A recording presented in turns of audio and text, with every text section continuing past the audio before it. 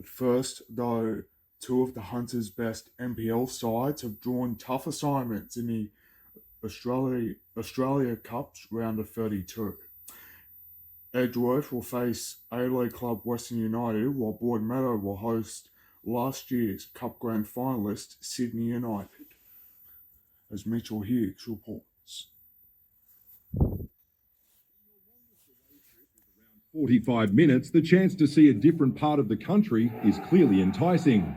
Players were hoping to get an away trip, I guess, but the next best thing was to get an A-League club at home, which is, they were pretty excited about it. Most of the boys, they look forward to getting like an away game in these big competitions, but I think an NPL team at home with lots of fans, I think is the next best thing. Match dates will be announced on July 5 and are set to take place in August, with Broadmeadow to host Sydney United. That'll be a big night at Magic Park, a big night. They'll get a big crowd. I reckon there'll be a few Sydney United supporters travel up for that one too. Despite lacking experience on the national stage, the Magic won't be overawed. I feel like the nerves aren't as high as, say, like a NPL grand final. I think everyone's more just excited, like there's a team coming from somewhere else around the country. They bring their own fans. Edgeworth will face the 2022 A-League champions.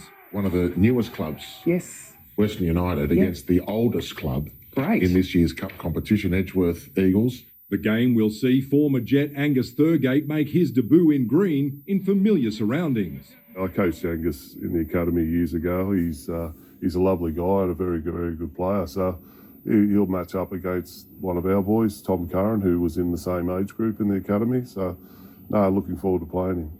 If the Jets can beat Melbourne Victory in Darwin on July 17, they'll earn the right to host Brisbane in the round of 32. Mitchell Hughes, NBN News. To motorsport, and Lake Macquarie's Tom Edwards wants to put a greater focus on qualifying in the World Supersport Series. He says his one lap pace could be the difference between winning or losing a championship, as Adam Murray explains. It's an iconic track that produces iconic moments, both on four wheels and two. This weekend, Tom Edwards will have his chance to shine at the UK's Donington Park. Donington's a track that I've only raced a 300 at, so it's going to be a big change going there on a 600. We didn't get the test, so it'll definitely be difficult, but I'm really looking forward to it. I do love the track.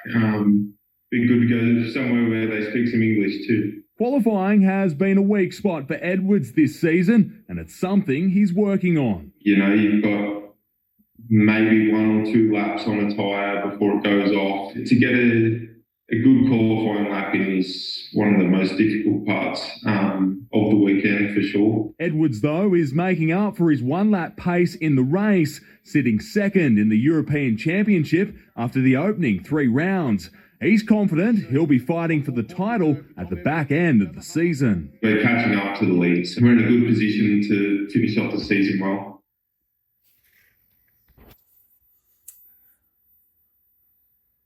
Still onto a lot of onto sport, and of course the Newcastle and Hunter Rugby League competition is back. Of course, it's round 9 of the A-grade Ladies League tag of Waratah Mayfield up against Newcastle United up at Waratah Oval on Saturday. While Fingal Bay are also up against the Students as well, and it's on Saturday afternoon. While Central Charlestown are up against Katawa at St John's Oval on Sunday morning. While in the B-grade competition, Morpeth are up against Cessnock at about tonight at 6:30. While Swansea and Raymond Terrace also have a game. Also in the other games, Stroud are up against Clarencetown on Saturday afternoon, while Dungog and Hamilton are on Sunday afternoon, so too are Awabakal and Cardiff.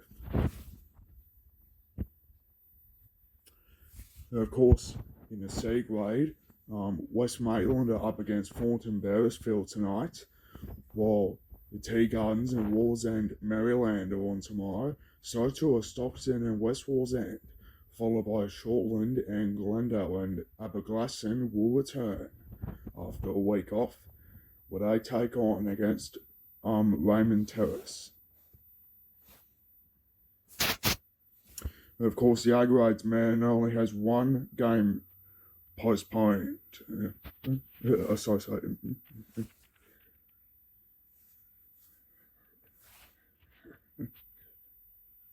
And of course, the men's competition's back as well. And don't forget it's round 9. There's Dora Creek up against South Newcastle, while Wingdale's up against Katawa. Wildtown Mayfield is up against the Newcastle University students, while Dudley have the bye. In B grade, and the Northern Lakes are up against West Wallsend tonight. While there's good news coming above for Abermain, they're up against Raymond Terrace tomorrow, while Morisset are up against Glendale tomorrow. In C grade, Maitland are up against Dungog, while Curry is up against Fingal Bay, but Alva Kearsley has the bye.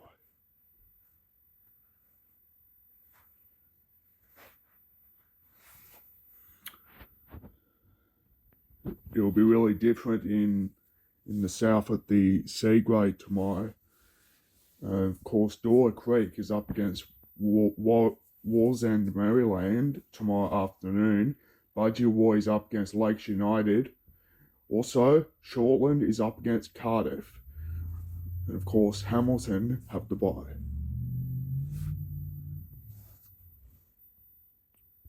To the Northern Conference of the men's, and of course, Wildtown Mayfield are up against Clarencetown.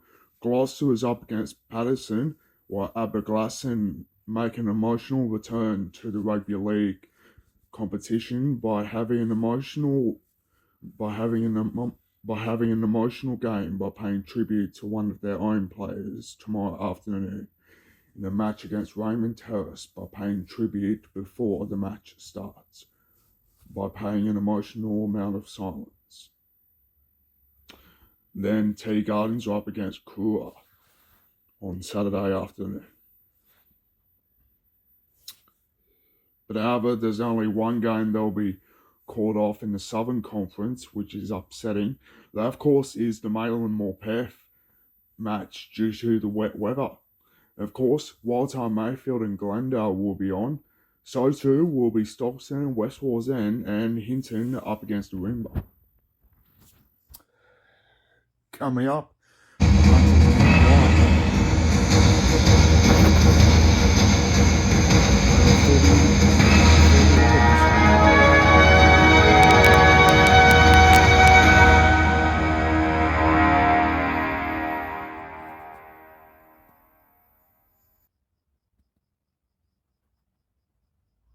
You can get them all, you got it. Gotta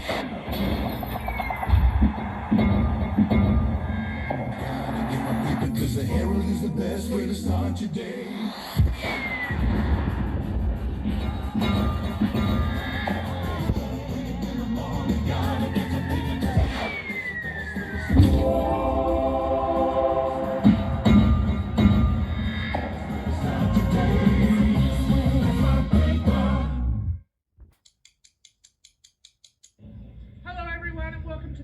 Hyundai. I'm Nikki and this is Kevin. Just arrived today at the all-new venue, 1.6 litre mini SUV.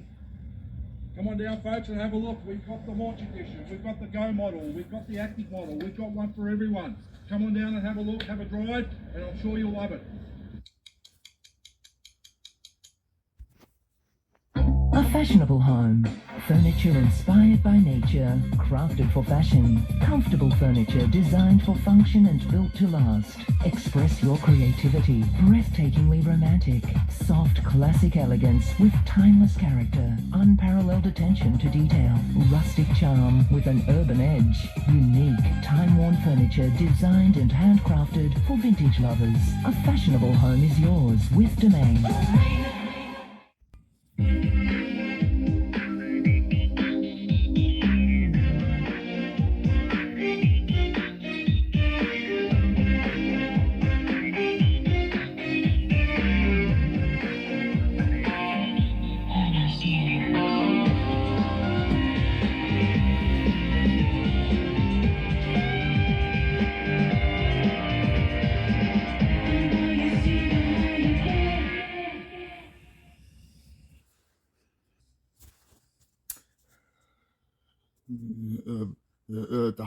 the Hunters' Nick White and Yamba's Jed Holloway have been hopeful they'll play a key role in a historic victory. Both have been named in the Wallaby squad and are vying for a spot in the starting lineup, as Sophie Scanlon reports. Nick White and Jed Holloway have put in the hard yards ahead of the clash with South Africa, hoping to impress Eddie Jones. We're all learning a lot from, but at the end of the day, it's going to come down to the blokes out on the field that are going to make the difference. The Aussies start their Rugby Championship campaign on July 8. In the Under-20s World Championship against Ireland, Coffs Harbour's Jack Barrett did his part to secure the Junior Wallabies a narrow lead at half-time, and he was helped by Merriweather's Taj Annan and Gunnedar's Harry McLaughlin-Phillips, but Kempsey's Derby Lancaster was taken down in the dying minutes. That's high. As the Irish came home strong in the mud, winning 30-10, the Aussies face England on Tuesday night, and the Wallaroos have been flogged by the Black Ferns in the Pacific 4 Series, despite the Hunters' Lane Morgan and Coffs Harbour's Caitlin Leaney giving it their all. The Kiwis flew out of Maya Stewart's tackle to seal a 50-0 victory. Just brought down, but they keep it going. The Wallaroos will be out for redemption against the US on July 9. Sophie Scanlon, NBN News. Yeah, just really painful to watch. Of course, club legend Ian Burke will remain head coach at Lakes United until at least the end of 2024. The three-time premiership winner admits he has unfinished business in the Newcastle Rugby League as the club looks to return to its glory days, as Adam Murray reveals why. His team's ninth on the ladder.